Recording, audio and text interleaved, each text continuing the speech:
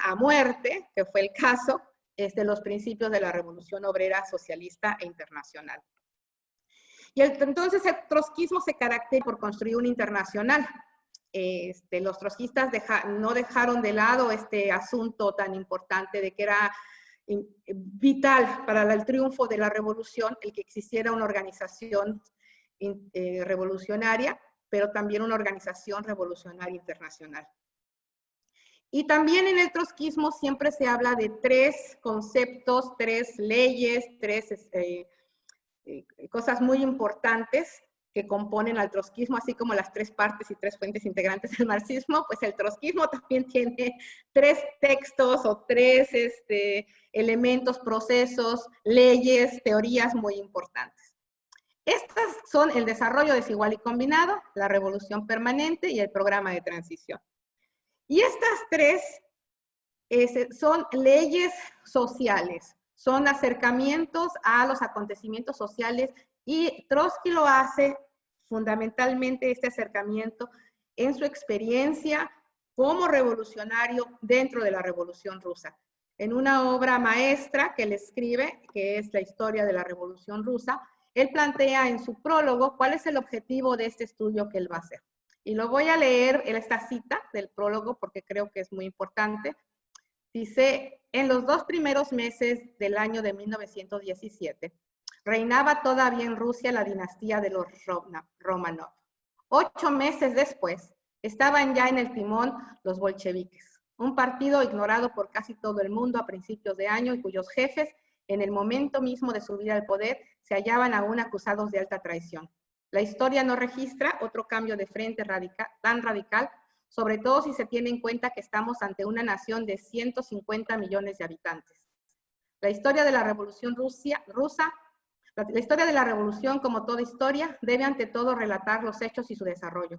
Mas esto no basta. Es menester que del relato se desprenda con claridad por qué las cosas sucedieron de ese modo y no de otro. Los sucesos históricos no pueden considerarse como una cadena de aventuras ocurridas al azar, ni engarzarse en el hilo de una moral preconcebida, sino que deben someterse al criterio de las leyes que lo gobiernan.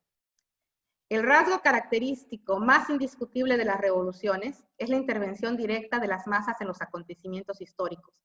En tiempos normales, el Estado, sea monárquico o democrático, está por encima de la nación. La historia corre a cargo de los especialistas de este oficio, los monarcas, los ministros, los burócratas, los parlamentarios, los periodistas.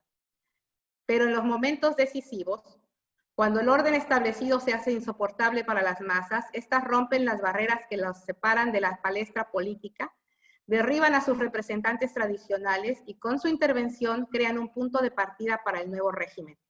La historia de las revoluciones es para nosotros, por encima de todo, la historia de la irrupción violenta de las masas en el gobierno de sus propios destinos. Entonces, es esta situación, Trotsky va a escribir este libro, decir, bueno, ya pasó la revolución, ¿qué pasó? Esto fue enorme lo que acaba de suceder. Entonces él empieza, en primer lugar en ese libro, haciendo una cuestión que es estudiando la situación de Rusia, por qué pasaron las cosas así, qué estaba pasando. Empieza a analizar la geografía, la diversidad de climas que existían en ese lugar, en ese espacio, también las distintas clases sociales y los distintos estadios desiguales del desarrollo histórico en el que se encontraba Rusia en ese momento. No solamente su desarrollo histórico, también distintos desarrollos políticos y sociales que existían, como tener un proletariado muy avanzado en relación a lo que era el proletariado europeo, y un campesinado muy atrasado y unos regímenes políticos como el zarismo, que eran regímenes casi medievales con una nobleza, etcétera, y al mismo tiempo con una vida cultural, pongo ahí cognoscitiva en términos de cultural, de que existía también muchas artes y distintas manifestaciones culturales, que había una gran diversidad desigual. Había un desarrollo desigual y combinado. Él decía que todos estos tipos de situaciones que existían en la Rusia de aquellos momentos eran de grandes desigualdades, pero se estaban combinando y entretejiendo en lo que fue a resultar en la gran revolución de 1917. Entonces, esta primera parte de lo que es el trotskismo, que es esta concepción del desarrollo desigual y combinado, no es únicamente algo que haya visto Trotsky. Trotsky lo ve con detenimiento y con una lupa sobre los acontecimientos de la Revolución Rusa. Sin embargo, este asunto del desarrollo ya se ha hablado, otros especialistas lo han tocado de distintas maneras. Moreno, en el texto que dimos a leer, que se llama Lógica Marxista, él hace una exposición de lo que es este desarrollo desigual. Entonces, él dice que hay relaciones y desarrollos desiguales en todas las ramas de la sociedad, tanto en la producción agrícola, industrial, producción artística, relaciones de producción, jurídicas, económicas, etcétera. Y habla de ciertas personas, ¿verdad? De ciertos pensadores. Dice, por ejemplo, volviendo a Hegel, al idealismo, a la filosofía alemana, habla de cómo este concepto del salto de la cantidad a la calidad es determinante en los procesos humanos o en los procesos biológicos, como algo muy importante. Entonces, después habla de Marx en su materialismo dialéctico, qué tan importante es este asunto de darle importancia al sujeto cognosciente, al sujeto que conoce, y no solamente al sujeto como ser humano, sino como grupo social que es capaz de interactuar con la naturaleza, con la sociedad y con sí mismo y transformarse constantemente en estos procesos de cambio y de adquisición del conocimiento. Entonces, después nos dice que Trotsky y Piaget es bien chistoso Moreno, porque él dice que Moreno, Piaget lo entendía, pero no lo sabía, o sea, como que no le puso nombre y apellido a la cuestión del desarrollo desigual y combinado, porque dice que para Piaget es la integración, es directa, hay una integración en los procesos del conocimiento, de la adquisición de la conciencia, que es directamente la integración de esto, de los distintos elementos del desarrollo, es directamente proporcional a la diferenciación, diferenciación, son completamente necesarios. Nosotros empezamos a conocer el mundo integrando distintos elementos y después a través de ese conocimiento de los distintos elementos de las distintas partes y de su integración podemos también después hacer una diferenciación.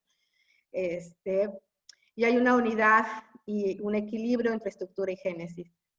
Y para Trotsky dice Moreno que para Trotsky es la necesidad de lo que lo lleva a hablar de desarrollo desigual y combinado, es esta necesidad de caracterización de la dinámica histórica que provocaron las revoluciones 1905 y 1917, y era como descubrir las leyes de la historia.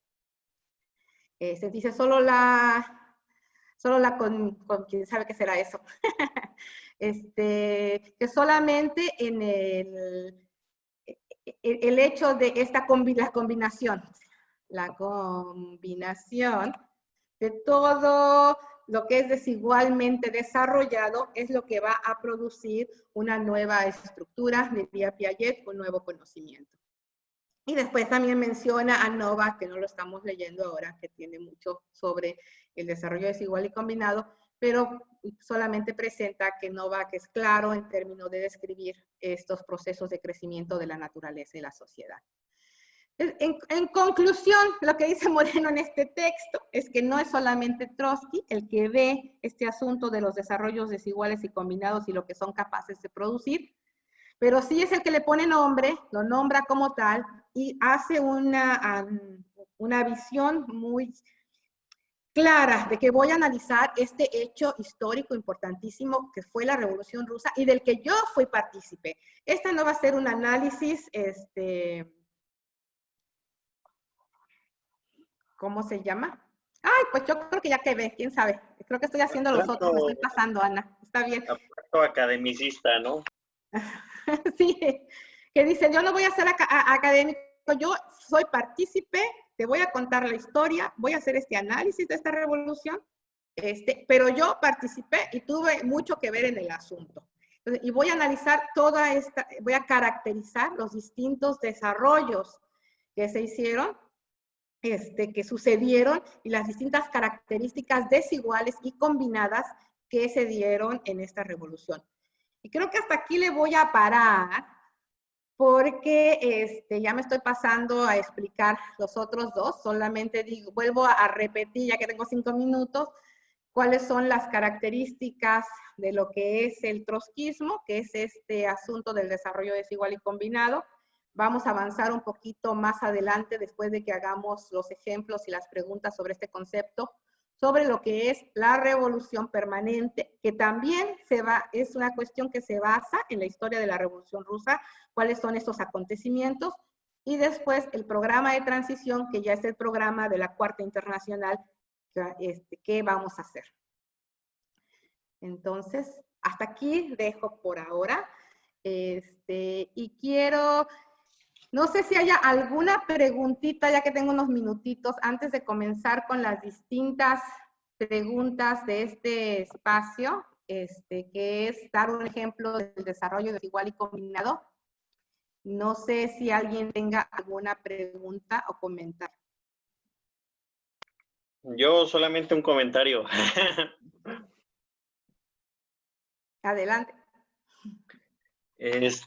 Justamente me parece importante mencionar que efectivamente estoy de acuerdo en que el trotskismo es el heredero prácticamente del marxismo y de toda la corriente revolucionaria. Sin embargo, también yo nada más subrayaría que no es el único, ¿no? Que prácticamente todos los marxistas clásicos, a excepción de Stalin, tenían una importante crítica a las degeneraciones o a las desviaciones burocráticas, ¿no? A excepción, obviamente, de la camarilla de Zinoviev, de Stalin, de todos ellos, que ellos sí de plano se iban por la burocrática, pero todos los demás, Gramsci, Luxemburgo, Mariátegui, José Revueltas, prácticamente todas las demás corrientes, pues han tenido una importante crítica al respecto y tarde o temprano, casi a mi punto de vista, creo que todas tienen esta coincidencia de que a pesar de que a algunas les tocaron otros momentos históricos que ya no fue enfrentarse de lleno o tener una batalla frontal contra el estalinismo, porque pues todavía no existía como tal el estalinismo, pues prácticamente la única que terminó reagrupando a varias de las resistencias más revolucionarias y más consecuentes, pues ha terminado siendo, sí, en gran medida el trotskismo, ¿no? Por esta insistencia y por esta oposición al modelo soviético, al modelo estalinista más bien, que además de eso, pues ha sido, el modelo estalinista es prácticamente el culpable de que nos digan dogmáticos, de que nos digan atrasados, de que nos digan todo lo demás, porque en efecto, o sea, no tenemos nada de estáticos, sino al contrario, es a fin de cuentas un accionar político y una teoría política que es dinámica y que se va construyendo conforme a la misma historia va avanzando. Nada más. Gracias. Sofía tenía la mano levantada también y creo que sí tenemos tiempo. Dale, Sofía. Dale. Sí, a mí no me terminaba de quedar en claro, o sea, lo que es el concepto de la ley de desarrollo desigual y combinado, la parte de combinado particularmente. No termino de entender si combinado se refiere a que, entonces, tomando diferentes elementos de diferentes desarrollos desiguales, se puede llegar a combinar esos elementos y formar una nueva estructura. Porque por las definiciones que leí en el texto, no me terminó de quedar del todo claro como para encontrar un ejemplo. O sea, encontré un ejemplo, pero no sé cómo explicarlo bien en función de la ley. Eso. Gracias, Sofía. Carlos, ¿querías aclarar un poquito? Estás mute, Carlos.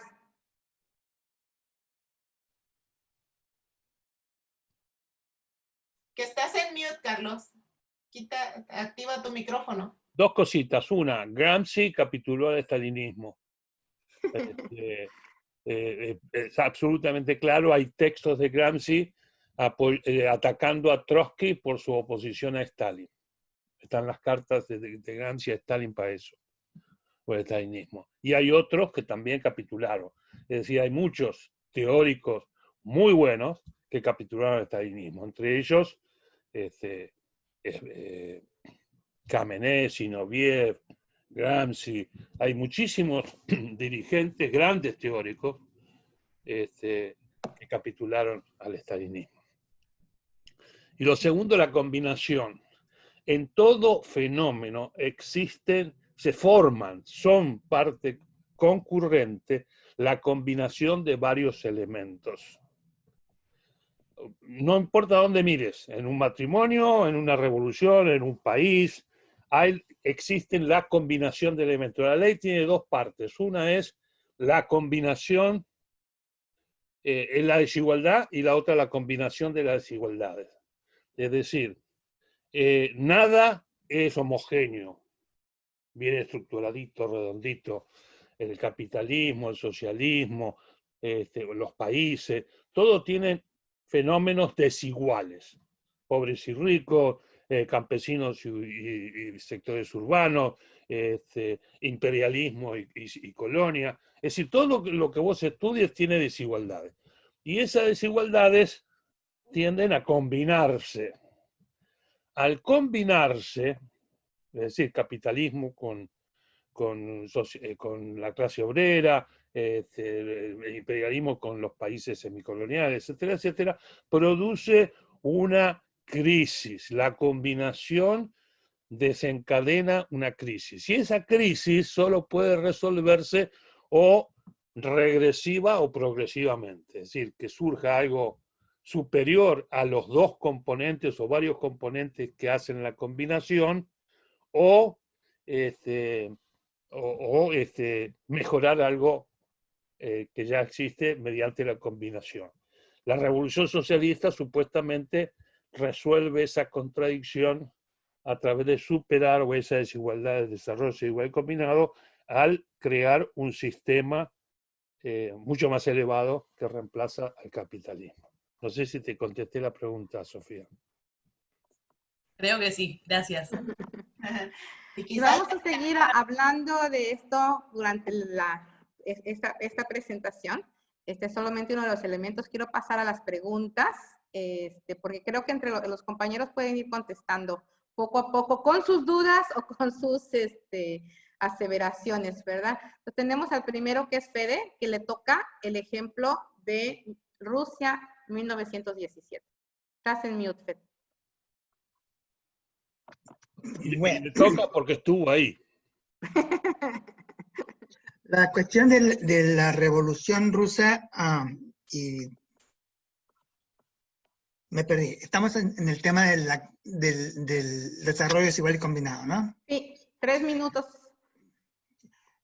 Rusia era un país atrasado en términos históricamente, porque era un territorio súper vasto, un campesinado muy pobre y muy atrasado. Sin embargo, en Rusia ocurrió algo parecido a lo que ocurrió con China en épocas modernas. Es decir, trasladaron industrias enteras de un país súper desarrollado a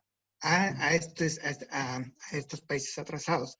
Y entonces, como resultado, crearon un nuevo proletariado local que venía básicamente del campesinado. Entonces, el capitalismo en Occidente pasó por fases de desarrollo desde la Edad Media, cuando tuvieron que desafiar al feudalismo. Se desarrolló como una clase social cada vez más fuerte, la burguesía, hasta que hizo su revolución en los países occidentales y tomó el poder político. Entonces se estableció el capitalismo. Bueno, el capitalismo que se estableció en Rusia no tuvo que pasar por todos esos estadios anteriores, sino que fue prácticamente la combinación de los avances del capitalismo en Occidente con implantados en un territorio distinto, y entonces da una nueva realidad. Entonces es el desarrollo, eso es lo que se da como el desarrollo combinado. Es lo que yo entiendo. Ok, Fede, como no está Norberto, sigue Ana con su ciudad natal. Ya, yo igual que Sofía estaba como... ¿Cuál era la ciudad natal? Bueno, se llama Lázaro Cárdenas, es en Michoacán, en México. Y también estaba un poquito confundida, Sofía. Entonces yo después le consulté a Claudia, que ella había dado la clase antes, entonces creo que mi ejemplo es así, ¿no? Lázaro Cárdenas al principio era un pueblo solo pescador, porque la ubicación geográfica que tiene lo pone en la desembocadura del río Balsas al Océano Pacífico. Entonces era principalmente un pueblo de pescadores. Entonces después viene se pone en el ojo, ¿no? De otros intereses internacionales y eso, y se hace una fundición grandísima industrial porque hay minas de hierro y entonces se construye varilla, etcétera, y le dan a este puerto de Lázaro Cárdenas un desarrollo, pero de un brinco súper rápido, y se hace el segundo puerto de mayor capacidad de anclaje de América, de toda América. Entonces, ¿qué es lo que pasa? Se desarrolla súper rápido la industria, un crecimiento grandísimo, pero los pescadores no avanzan para nada. Se quedan hasta la fecha todavía en un rezago y todavía pescando con redes y ya no les alcanza ni para su propia sustento. Entonces hay esta desigualdad en ese desarrollo, ¿no? Del principal modus vivendus a la industria. Pero sin embargo hay algo combinado que se da en Lázaro Cárdenas, porque ante esta capacidad de este puerto viene una afluencia de personas de todo el mundo. Entonces se ven ahí distintas razas. Abre esa puerta, ¿no? Y nos abre como una mentalidad mucho más abierta. Entonces, en Lázaro Cárdenas, a pesar de que está en el sur de México, donde Michoacán es un estado muy conservador, de cierta manera, en Lázaro aceptación, un desarrollo muy amplio para este complejo social. Hay una aceptación de la comunidad de LGBTQ, aún que los pescadores muy atrasados,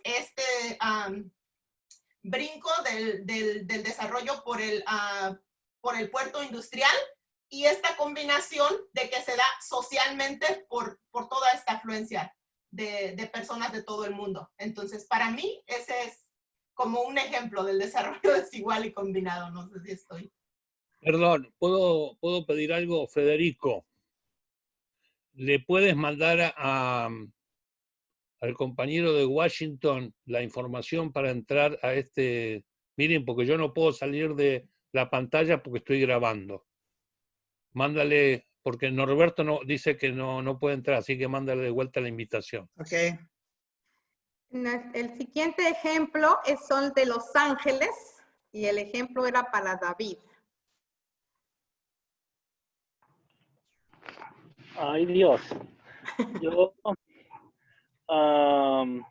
lo he observado pensando en mi familia, en lo que hemos trabajado aquí desde que empezamos a venir los primeros integrantes de la familia, que es a la costura, a los textiles, a la fabricación de telas, todo el proceso que se lleva para poder elaborar una prenda con unos salarios raquíticos, ni llegando al mínimo a veces. Y cuando me doy cuenta de esto, cuando veo que estamos cerca del mundo del espectáculo, de la farándula, de las pasarelas en Hollywood, y es un contraste muy, muy abismal. No sé, no puedo, a lo mejor no me puedo expandir tanto porque no tiene tanto que explicar, pero ahí es donde yo lo observo en eso. Gracias, David. Sí, es un buen ejemplo, y vamos a hablar un poquito más en el cierre sobre él. La siguiente persona para los ejemplos es Patti, con la Ciudad de México. Yo soy originaria de allá, y la verdad es que la Ciudad de México ha crecido horrores, y se dice que en este momento, según el INEGI, ya rebasa bueno, en el 2015 eran 8 millones y tanto de personas dentro del Distrito Federal, hoy Ciudad de México, pero hay unos que cuentan 20 millones, pero porque están considerando toda la zona conurbada, o sea, que México, la Ciudad de México está rodeada por el Estado de México y tiene muchas conexiones de tipo industrial. Una de las cosas más fascinantes de la Ciudad de México es su infraestructura de transporte. El sistema de transporte colectivo metro ya llega a la cifra de 12 líneas, cruzando de norte a sur, de sur a norte, de oeste a este, y tiene tren suburbano, y de que va desde Tasqueña hasta Cuautitlán, o sea, conexión con el Estado de México. Y yo veo ahí que hay muchos problemas no resueltos desde antes de la pandemia, mucho contraste social, o sea, mucho índice de pobreza, en comparación al gran esplendor del capital financiero en el centro de la Ciudad de México. No es lo mismo vivir en la Benito Juárez que vivir en Iztapalapa. No es lo mismo estar en Milpa Alta y haciendo que tus nopales se vendan a ser no sé, un trabajador que está bien ubicado en un banco extranjero dentro del centro histórico de la Ciudad de México. O sea, hay muchos contrastes.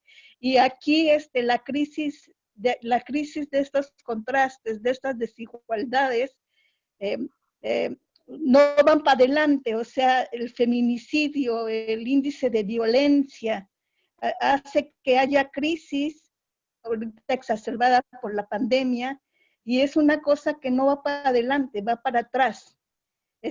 Sería objetivo que se pudiera hacer ahí algo, ¿verdad? Pero subjetivamente la gente, en su mayoría, no sé, amloísta, como que no está preparada. Ese es el ejemplo que yo tengo, Berta, no sé si esté correcto. Sí, gracias, Pati. Vamos a hablar más después. Muy bien. El siguiente ejemplo era para Sofía, de Argentina. Y después, Norberto, prepárate porque ya te pasamos. En fin, que después de Sofía de Argentina sigues con Juchitán. Adelante, Sofía. Hola, Norberto. Los audífonos, ¿verdad? ¿De quién? Pero ya el niño le fue a avisar a su papá.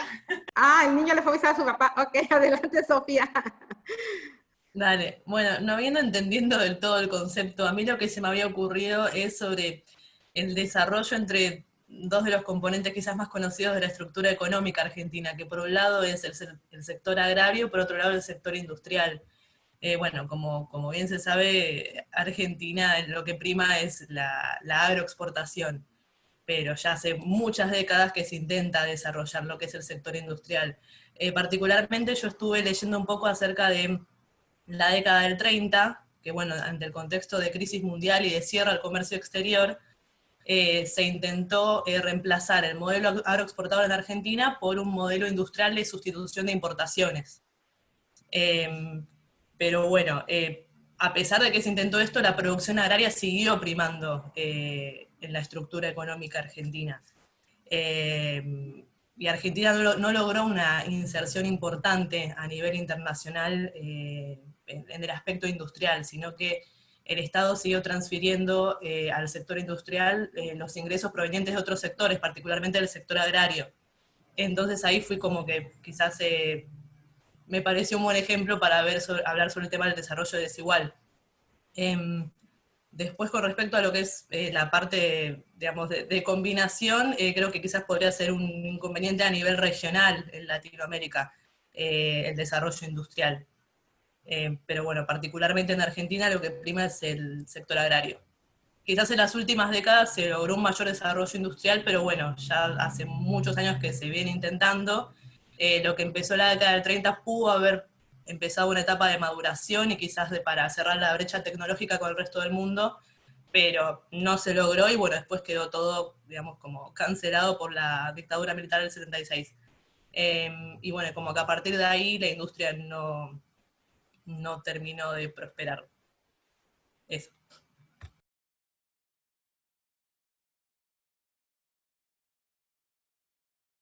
Norberto, ¿estás listo para dar tu ejemplo de desarrollo desigual y combinado de Juchitán?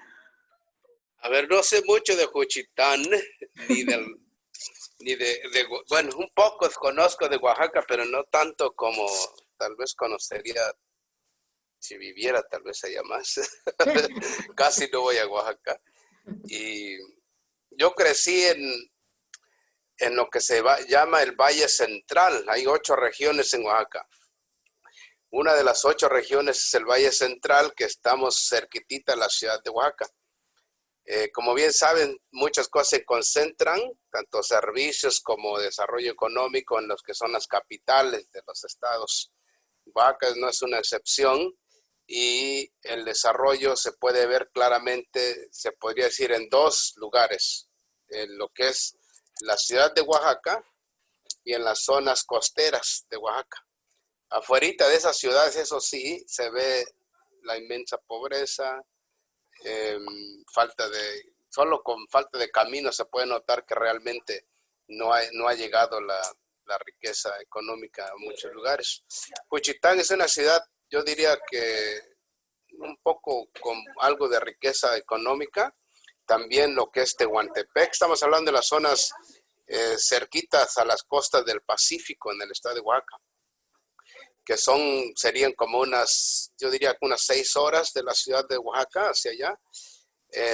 Oaxaca como estado es el segundo estado más pobre económicamente de toda la República Mexicana. Está Chiapas como primer lugar y lo sigue Oaxaca. No es que no haya riqueza, sino simplemente, aparte que no está distribuida, está muy acaparada, y la gran diversidad de la población de Oaxaca es el estado más diverso con comunidades indígenas. Entonces hablan como 32 idiomas en el estado y tiene no sé cuántas etnias. Es una riqueza de etnias y cultura indígenas increíble. En todo el país no existe como existe en Oaxaca. Y obviamente que al mismo tiempo la geografía no le ayuda porque están las 2 sierras de montañas que caen a lo que es el estado de Oaxaca. La Sierra del Norte y la Sierra del Sur, que se convierten en una que terminan y continúa todo Centroamérica. Entonces es muy montañoso. Mucha gente indígena vive en las montañas. La gente mestiza como nosotros vivimos en las partes bajas o en los pueblos, en las ciudades que están un poco más cerca a lo que es las carreteras y caminos y medios de comunicación. Entonces la pobreza es enorme. En la ciudad de Oaxaca mismo ves, digamos, muchas personas indígenas, digamos, vendiendo sus productos, cosas que producen en sus comunidades. Pero yo pienso que es una barbaridad. Entras a los pueblos indígenas, no hay electricidad, no hay agua, no hay escuelas. En la zona de Juchitán y Tehuantepec ves escuelas bilingües, pero a excepción de allá, estás solas, o sea, no hay carreteras, no hay caminos, no hay transporte, no hay trabajo, no hay nada. Las poblaciones indígenas no tienen absolutamente nada. Es horrible lo que tenemos en Oaxaca. Es lo que podría decir. Gracias, Norberto. Carlos, sigues tú con China. ¿Dónde te fuiste, Carlos Petroni? Aquí estoy tratando de darle imagen. Ok. Bueno, el desarrollo desigual y combinado es una de las leyes que hemos utilizado con bastante frecuencia para nuestros análisis, sobre todo en los últimos 10, 15 años. Por ejemplo, es el que nos permitió hacer el análisis de la emergencia de China como un país imperialista. Es decir, a través de la ley del boomerang, de la transferencia de capitales y propiedades, de propiedad del capital a China, donde había un desarrollo entonces muy desigual entre el desarrollo de de la industria que se empezó a dar y la existencia de un enorme campesinado de, qué sé yo, 1.200 millones, 2.000 millones de campesinos, donde primaba el atraso económico, etcétera, etcétera. La combinación de esos dos elementos, es decir, la combinación de el extremo atraso en el campo y el desarrollo industrial del que se hizo propietario el Estado chino, dio como surgimiento el imperialismo chino. Es decir, la forma de resolver esa contradicción fue esa. Por eso decimos que es un país imperialista con pies de barro, porque si bien logra resolver la contradicción existente entre semicolonia y país avanzado, convirtiéndose en un país imperialista, mantiene muchas situaciones de atraso en el campo, sociales, y un régimen dictatorial. Este desarrollo, al mismo tiempo, es combinado, porque combina, por un lado, el alto grado de desarrollo económico y financiero con la subsistencia de un sector muy atrasado agrario, y además combinado con un tercer elemento que es un régimen político dictatorial. Esta combinación de desigualdades es lo que va a hacer finalmente explotar la tremenda lucha de clases que va a conmover el mundo en un futuro muy próximo. Ya está. Gracias. Delia se tuvo que ir porque, estoy bien, sí, porque se sentía mal, nos había avisado desde el principio y se siguió sintiendo mal. Ella iba a hablar sobre Ecuador. No sé cuánto tiempo tenemos, Ana, son las 11:02. ¿Y el Sebas ese que está, es Sebastián, mi vecino?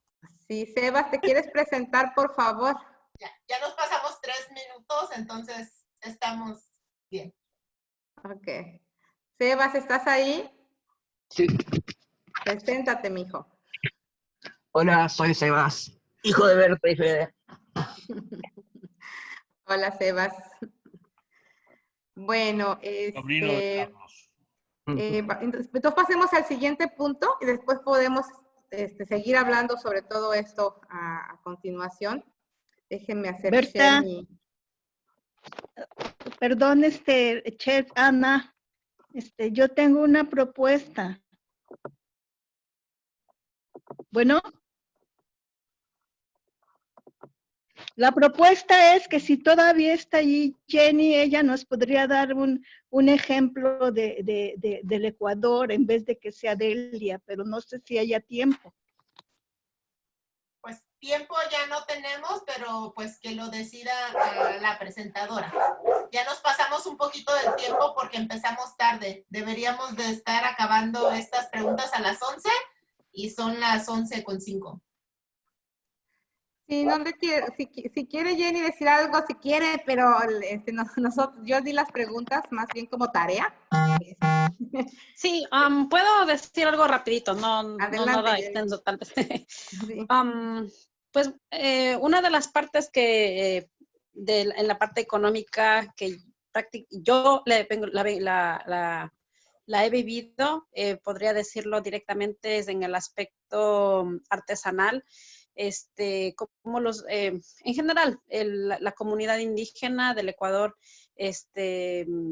viene siendo como hay esa desigualdad económica en relación a la explotación, porque el indígena pues está,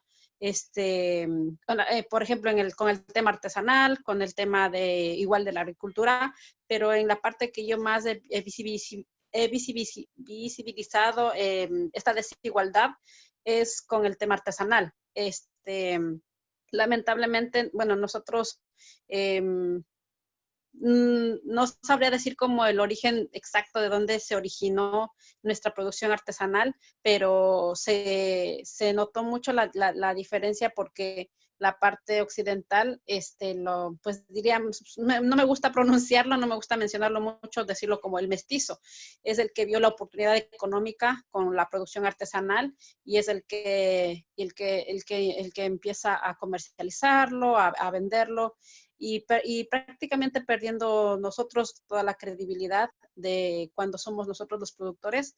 Entonces, y se puede ver la desigualdad porque los precios son súper altos y cuando a nosotros vienen a comprarnos, pues nos regatean, nos pelean los precios y es muy, para mí yo creo que ese es el único referente que podría dar en relación a la desigualdad económica que hay dentro de la comunidad indígena y dentro de mi comunidad.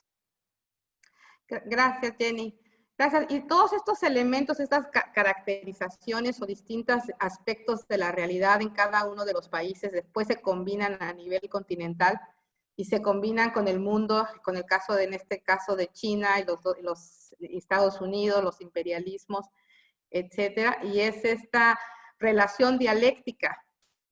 Por eso es que Moreno lo pone en su libro de lógica marxista, en términos de esta relación dialéctica de todos estos procesos en constante movimiento y en constante transformación, y creando nuevos procesos, como diría Sofía, nuevas estructuras, y también lo menciona Moreno, nuevas estructuras, no solamente de pensamiento, no solamente de cognitivas al nivel piagetiano de lo que es el saber, sino a nivel de cuestiones materiales, como el desarrollo de un nuevo imperialismo dominante, como es China. Esta nueva situación en la que vivimos es el producto de toda esta combinación, de este desarrollo desigual y combinado. Y que sigue siendo constante. Y es una ley bien importante cómo es que Trotsky, lo que hace él es analizarlo dentro de la revolución que él vivió. No es un experimento, no es un sociólogo que ve otra realidad o que ve otra revolución o que ve algo de la historia. Él está analizando su propia experiencia como revolucionario consciente en esta revolución y analiza los distintos elementos desiguales que existen en Rusia y su combinación. Y con esto quiero seguir haciendo sharing de mi screen si puedo. ¿Por qué no puedo? ¿Sí puedo? ¿Sí me ven mi screen? No, ¿verdad? Lo que pasa es que estamos grabando, Berta. Ah, y por eso no lo pueden ver. Bueno, entonces no lo van a poder ver. Entonces, la siguiente parte es la cuestión de la elaboración de su teoría de la revolución permanente, que es algo que Trotsky va elaborando a lo largo de esta participación en esta revolución. Y Trotsky lo que hace es desafiar la concepción tradicional de que es que la burguesía es la que tiene que tomar el poder en manos del zar y que después de todo un periodo el proletariado puede disputar el poder, y dice que la burguesía no puede jugar un papel revolucionario, porque las tareas democráticas en ese momento en Rusia solo las puede llevar a cabo el proletariado dirigiendo al movimiento de masas, sobre todo al campesinado.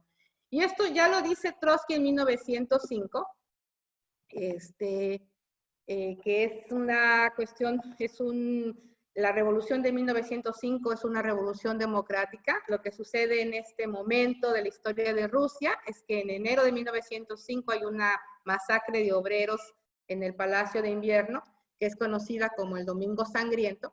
Lo que pasó ese día es que los obreros fueron en una gran manifestación a pedirle al zar que por favor les mejorara sus condiciones de vida, no fuera tan mala onda, y fueron dirigidos por un sacerdote, el padre Gapo. Con estas grandes movilizaciones colapsa la imagen del zar y se ve obligado a proclamar la primera Duma, que es un tipo parlamento, y también con estas movilizaciones se crean los primeros soviets, y Trotsky se convierte en el presidente del soviet de Petrogrado. Y hay una gran huelga, muchas huelgas y insurrecciones por todos lados, dirigidas por los soviets, y el zar aplasta estas movilizaciones. Con estos hechos, ya aquí en 1905, estamos pues, alejados 12 años de lo que sería la revolución obrera de 1917. Sin embargo, ya con estos acontecimientos, Trotsky ya empieza a decir que no es necesario hacer esa transición a un sistema capitalista, a un sistema burgués, porque en realidad la burguesía no tiene la capacidad de resolver los problemas de las grandes masas, en este caso del campesinado. Después, poco tiempo, se vienen unos tiempos de, ¿cómo se llama?, de calma por esta represión.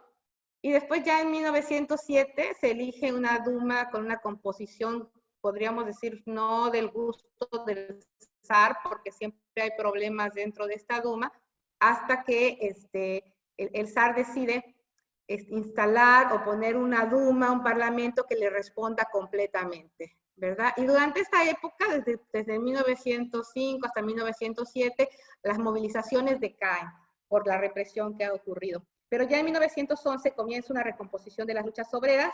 En el 1912 hay una masacre de los mineros de Lena y provoca más luchas de resistencia. Y en 1914 ocurre un acontecimiento fundamental, que es que estalla la Primera Guerra Mundial y se da una oleada patriótica que acaba con estas luchas. Estamos en 1914. Entonces, de 1914 a 1916 hay millones de muertos en la guerra, el zar hace un montón de tonterías, toma el mando de las Fuerzas Armadas, pero es ineptitud tras ineptitud, y comienzan a haber intrigas palaciegas para que se vaya el zar, o sea, dentro de su misma gente. Y en este momento también, como ha hecho muchos problemas con la guerra, de cómo surtir de provisiones y de armas al ejército en el frente, se crean unos comités que son comités de apoyo a la producción de armas para el ejército, organizando a los ejércitos en la retaguardia, y los mencheviques participan de estos comités, porque ellos apoyan la guerra. Y los que dirigen, menciono esto porque los que dirigen estos comités serán después los que constituirán el gobierno provisional al caer el zar en febrero de 1917. Llego aquí rápidamente a febrero de 1917 porque aquí hay dos cosas que son importantísimas. Siempre se habla de la Revolución de Febrero y de la Revolución de Octubre, y que tienen que ver fundamentalmente, y que en esto es lo que basa Trotsky, yo digo, no sé, de la cuestión de la revolución permanente. Porque la Revolución de Febrero, el zar es obligado a abdicar porque los obreros comienzan huelgas supermasivas por el hambre ocasionada por la guerra, y los soldados empiezan a insurreccionarse en los ejércitos. Se crea un nuevo soviet y se crea un gobierno provisional.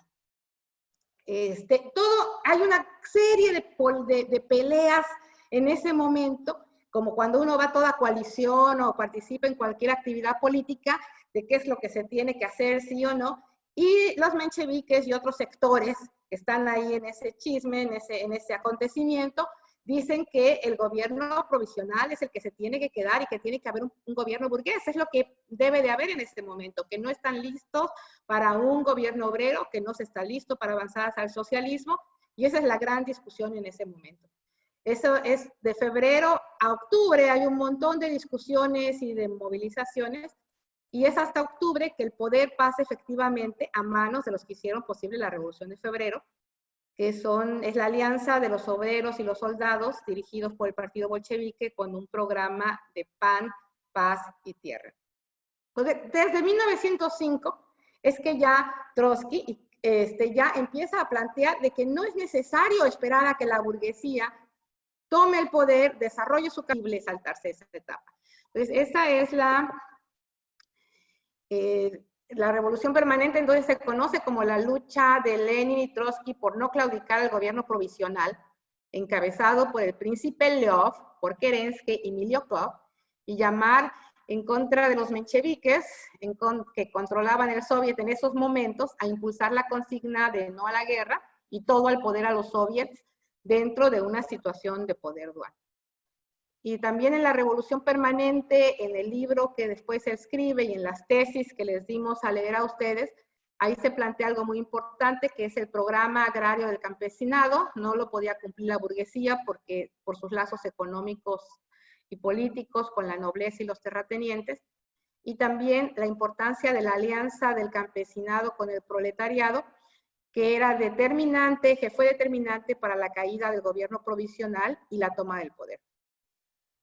Entonces, la conclusión, y otro elemento importantísimo en esta revolución permanente, en esta teoría de la revolución permanente, también esbozado en estas tesis, es que para que la revolución obrera triunfe es necesario extenderse más allá de sus fronteras, sobre todo hacia Occidente.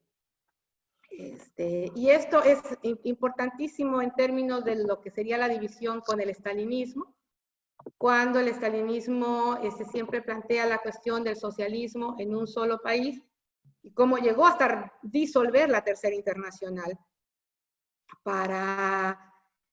diciendo que ya no era necesario una internacional porque ya existía el socialismo, simplemente porque estaba el socialismo dentro de sus fronteras nacionales. Entonces, en la revolución permanente, también el otro postulado es que para que haya una revolución aún triunfante, aún dentro de tus propias fronteras nacionales, necesitas la revolución mundial, porque si no, no va a suceder, y tenemos la trágica verificación de los hechos con la restauración capitalista en la Unión Soviética, ¿verdad? Trotsky escribe todo esto a través de su historia de la Revolución Rusa y después en su texto sobre la Revolución Permanente, y es algo que vive también él. Nosotros, desafortunadamente, vimos el resultado de esas políticas estalinistas en términos de no extender la revolución fuera de sus fronteras. Entonces, esa es mi presentación. Como estoy otra vez temprano, aunque estoy con tanto miedo de que se me va a acabar el tiempo, antes de pasar a nuestras preguntas que fueron asignadas, quiero ver si hay algún compañero que quiera aportar algo, si tiene una pregunta o que quiera clarificar algo con alguna intervención. Carlos. En realidad, la revolución permanente no surge con Trotsky, sino que es un proceso. El primero que la plantea es Marx. Ahí les puse un texto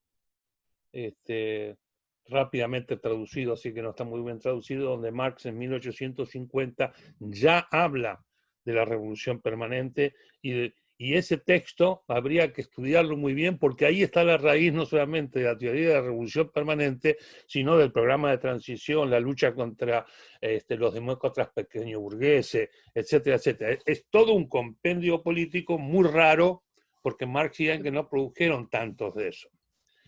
Después de Marx levantaron otros teóricos, incluido Parbus, que fue un reconocido teórico marxista de la época, contemporáneo de Trotsky, me parece. Y en el debate con Parbus, Trotsky clarifica muchas de sus propias ideas, que después las sistematiza a partir de la Revolución de 1905 y, por supuesto, en 1917. Y hay un elemento que mucha gente que habla de la Revolución Permanente no tiene en cuenta, y es la independencia política del movimiento obrero. Es parte ineludible de la teoría de la Revolución Permanente y la construcción del Partido Revolucionario Internacional. Nada más. Y antes de pasar a las preguntas, quiero retomar lo que dice Carlos, porque quiero volver al inicio de la presentación, que esto es súper importante, me parece a mí, para este curso de Express que estamos dando sobre marxismo y sobre trotskismo. Es solamente ubicar cómo volver otra vez a esta concepción de que el marxismo es el movimiento histórico de la clase trabajadora en la lucha por la liberación, y comienza definitivamente con Marx, es el que empieza a poner todos estos postulados y estas cuestiones teóricas, y que no lo hace solito tampoco, ¿verdad? Sino que son con los trabajadores en movimiento y en lucha, tratando de hacer sus organizaciones, a veces les salen, a veces no, etcétera, en términos de la internacional como el organismo más consciente de esta lucha necesaria a nivel internacional. Y entonces vemos como el trotskismo es por eso que nosotros lo consideramos el heredero de estas tradiciones, ¿verdad? Ya Trotsky, a través de su vivencia en la historia de la Revolución Rusa.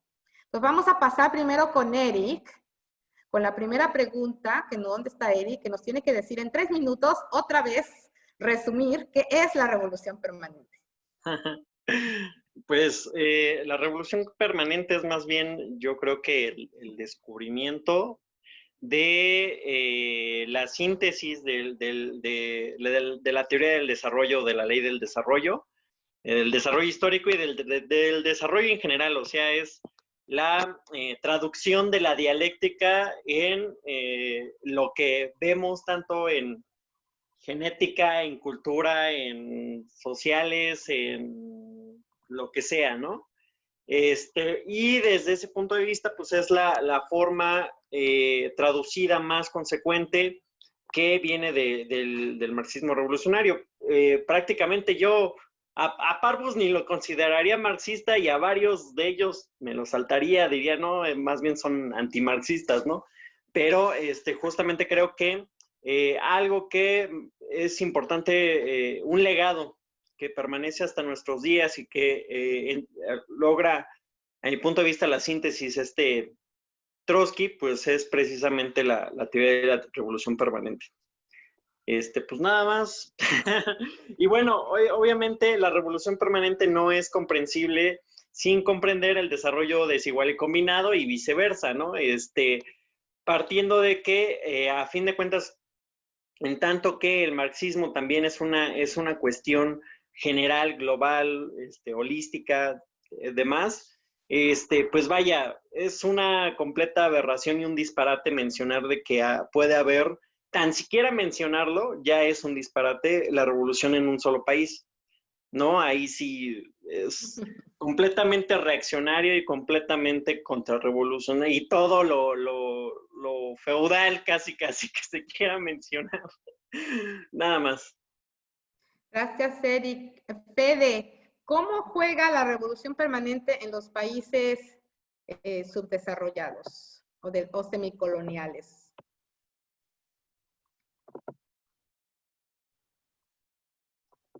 Perdón, ¿cuál es mi pregunta? Porque yo no vi que... ¿Cómo juega, cómo se manifiesta la revolución permanente en los países subdesarrollados? Yo tengo mi pregunta de otra forma. Mi pregunta dice, ¿la teoría de la revolución permanente se aplica solo a los países subdesarrollados? En toda la literatura que se conoce generalmente sobre revolución permanente, se habla de su aplicación a los países subdesarrollados, refiriéndose al proceso de la combinación del desarrollo. Pero casi se habla muy poco de que también es parte del programa de la Revolución Socialista Mundial para todos los países, incluyendo la revolución en los países imperialistas. En la medida en que los países subdesarrollados combinan su desarrollo con el del imperialismo, las tareas de la revolución socialistas se convierten cada vez en tareas universales aplicables a todos los países, incluyendo los países imperialistas. En Estados Unidos, por ejemplo, hemos visto cómo en las últimas décadas ha habido un deterioro sostenido del nivel de vida de los trabajadores por el proceso de vaciamiento industrial en el país. Entonces, esa caída ha hecho que las economías en Estados Unidos, desde el punto de vista de los trabajadores, se equiparen a las condiciones sociales en otros lados. Nada más. Gracias, Fede. Entonces seguimos con Sofía. La pregunta es, según Trotsky, ¿qué hace falta para que triunfe la revolución democrática?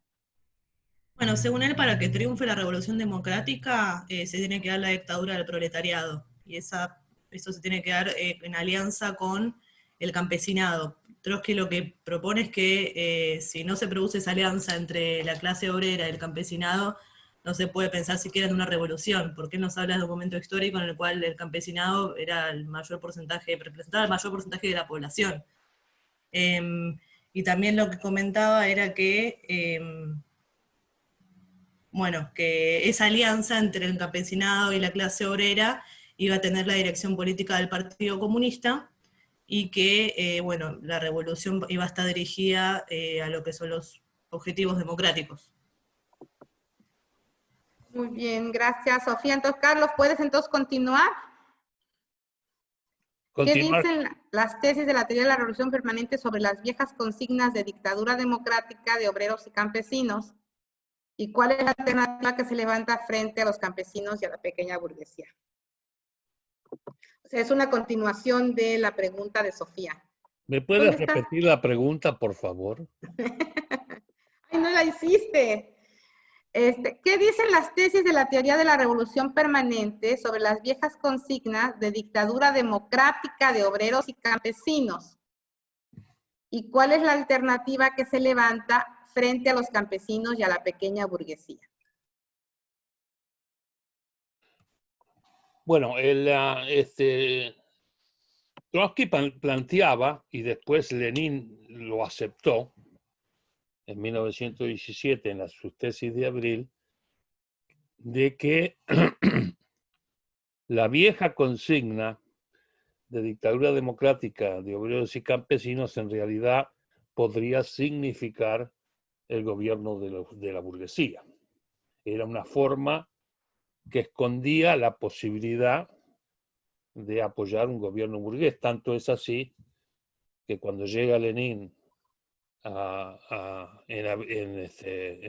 creo que en marzo a Rusia, se encuentra con que Kamenev, Zinoviev y toda la caterva de dirigentes bolcheviques ya estaban apoyando al gobierno provisional, con lo cual rompe Lenin. Es decir, la teoría de la revolución permanente dice que la alianza de obreros y campesinos, su síntesis son los soviets. Porque ahí es donde se resuelve. Es una maravillosa combinación en eso. Me gustó mucho la intervención de Eric, porque en realidad la revolución permanente es una síntesis aplicada al desarrollo práctico de la revolución, del desarrollo desigual y combinado, y cómo se dan diferentes desarrollos desiguales y se van combinando para resolver la crisis a través de la revolución. Entonces, las viejas consignas quedan descartadas. Lenin porque dice que son no son aritméticas, sino que son geométricas y muy complicadas, y Trotsky diciendo porque son erróneas. Y la síntesis del acuerdo entre ambos alrededor de la revolución permanente es la unificación del partido bolchevique con los llamados bolcheviques de izquierda o la interdistrital que dirigía Trotsky. En esa fusión se resuelve la desigualdad teórica existente entre los propios bolcheviques. Entonces, se resuelve la teoría de la revolución permanente, descarta las viejas teorías que podrían esconder la alianza con la burguesía y pone por delante la alianza obrera y campesina, cuya síntesis es los soviets y el partido. Gracias, Carlos. Y la siguiente pregunta, como no está Ernesto, no sé si la quieras contestar, Ketch, porque no te había dado, porque no estaba segura que ibas a participar, es ¿por qué la revolución democrática se transforma directamente en socialista y convirtiéndose con ello en permanente? ¿Puedes hablar de ello, Ketch? En el caso ruso, o sea, es que, digamos, ahí no sé si es universalmente aplicable por la siguiente cuestión. Vamos a ver, o sea, el caso particular ruso tiene que ver con el hecho justamente del desarrollo desigual y combinado. Una de las grandes conclusiones a las que llega Trotsky, el libro que yo leí al respecto, que ya tiene un tiempo, leí toda la Revolución Rusa de Trotsky, y básicamente lo que decía ahí es que ya la tarea principal de los burgueses, que es estar haciendo ganancia, estaba garantizado por el sistema zarista, y que la burguesía ya no tenía ningún estímulo para acabar con el zarismo, porque ya funcionaba en tanto burguesía. Es decir, a diferencia de lo que sucede en la Francia revolucionaria o en la independencia de Estados Unidos, en otras revoluciones burguesas, que son de un siglo antes o lo que sea, donde la burguesía necesita romper con un sistema feudal o colonial o con un sistema pues premoderno para poder realizar la ganancia. El caso específico ruso, la burguesía ya está perfectamente amalgamada al sistema político del zarismo y viceversa, ¿no? El zarismo también ya está amalgamado a la producción de la ganancia, y es por eso que ya para que llegue la democracia, para que se rompa el sistema premoderno, los únicos interesados en que se rompa ese sistema premoderno son los obreros y los campesinos pobres, y toman el papel de destruir las estructuras premodernas o feudales que la burguesía ya no puede romper, ¿no? Entonces, eso por el lado ruso. ¿Por qué me queda la duda? Porque hoy día hay muchos países, por ejemplo, estoy pensando en la India, donde hay muchas estructuras premodernas, aunque digamos ya es un estado constitucional, hay muchas estructuras premodernas, entre ellas lo que le gusta a la posmodernidad llamar patriarcado, que de las cuales el capitalismo se sirve y que difícilmente van a desaparecer de mano de la burguesía. Es decir, el sistema de castas, el vender a tus hijas, un montón de cosas de ese tipo, a la burguesía ya no le interesa deshacerlas porque ya vive con ellas y se sirve de ellas y las subordina a ellas, ya trabajan para él. Entonces es por eso que en ese caso concreto yo creo que sí, la revolución solamente podría venir de los sectores pobres y bueno, y de toda una serie de segmentos del proletariado que en la modernidad actual estamos viviendo, ¿no? Pero, pues vaya, ese es un ejemplo, ¿no? Pero el antiejemplo donde la burguesía sí necesitara romper con el sistema premoderno dominante, en este momento no me viene ninguno a la mente. O sea, yo creo que la mayoría de los países coloniales o semicoloniales, pues se está dando esta situación, ¿no? Esta situación donde realmente ya pues sí, a las cúpulas empresariales no les interesa romper con los sistemas premodernos, ¿no? No sé si eso se resuelve. Pues sí, ¿Puedo hacer una pregunta? a ver, espérame tantito, Carlos. ¿Cuál Sí, fue? sobre esto me pareces bien y después seguimos con la pregunta de Ana, porque si no se nos acorta el tiempo. Sino Sí, solamente cosa. breve, Carlos. Más que preguntas, si lo quieres hacer como, pues, tu presentación. No, simplemente decir por qué la burguesía es incapaz de hacer la revolución en Rusia, que era el ejemplo que estaban dando, porque se había amalgamado con el zarismo y la aristocracia, era porque el zar y la burguesía compartían antes de la revolución, por mucho tiempo, la propiedad de la tierra donde se explotaba a los campesinos, nada más. Gracias, Carlos. Sí. ¿Cómo iban a hacer completar la revolución si ellos eran parte del problema? Uh-huh. Muy bien, gracias, Carlos. Adelante, Ana. La pregunta de Ana es, ¿por qué la conquista del poder por el proletariado no significa la coronación de la revolución, sino solo su inicio? Ya, porque la coronación de la revolución sería el socialismo, ¿no? Entonces, para poder construir el socialismo, las bases se dan en la lucha de clases, nacional e internacionalmente. Entonces, si estaban viviendo en un mundo predominantemente capitalista, la lucha de clases se va a dar inevitablemente en guerras, ¿no? En guerras civiles, en guerras exteriores, en más revoluciones. Entonces, hay una necesidad de seguir conservando, otra vez retomo de la dictadura del proletariado. Entonces, eso no es un gane todavía la revolución, sino que se tiene que seguir y se va a dar esta lucha de clases sociales, independientemente de si es un país retrasado que apenas haya iniciado una transformación democrática o un país capitalista ya viejo que haya pasado una larga época de democracia y de parlamentarismo.